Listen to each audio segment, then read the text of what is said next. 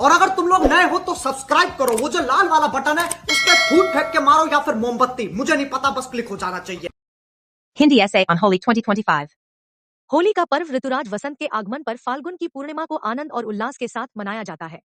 इन दिनों रबी की फसल पकने की तैयारी में होती है। फाल्गुन पूर्णिमा के दिन लोग गाते जाते हंसते हंसाते अपने खेतों पर जाते हैं। वहां से वे जौ की सुनहरी बालियां तोड़ लाते हैं।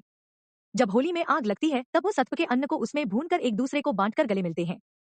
होलिका दहन के संबंध में एक कहानी प्रसिद्ध है। हिरण्यकशिपु की बहन होलिका को वरदान प्राप्त था कि आग उसे जला नहीं सकती।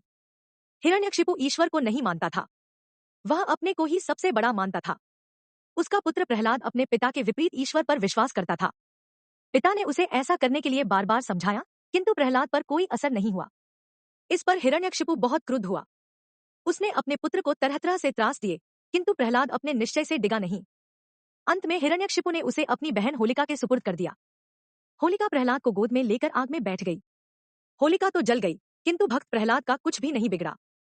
इस प्रकार होलिका दहन बुराई के ऊपर अच्छाई की विजय है।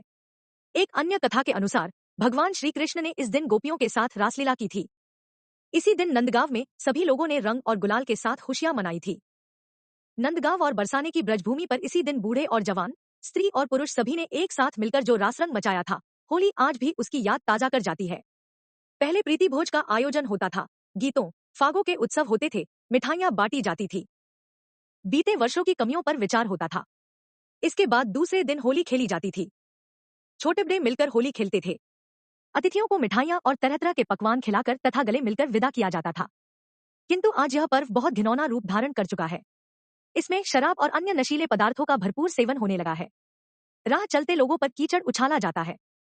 होली की जलती आग में घरों के किवाड़, चौकी, छप्पर आदि जलाकर राख कर दिए जाते हैं।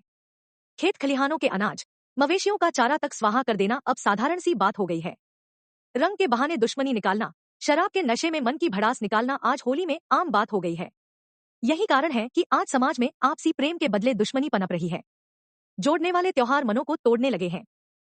होली की इन बुराइयों के कारण सभ्य और समझदार लोगों ने इससे किनारा कर लिया है।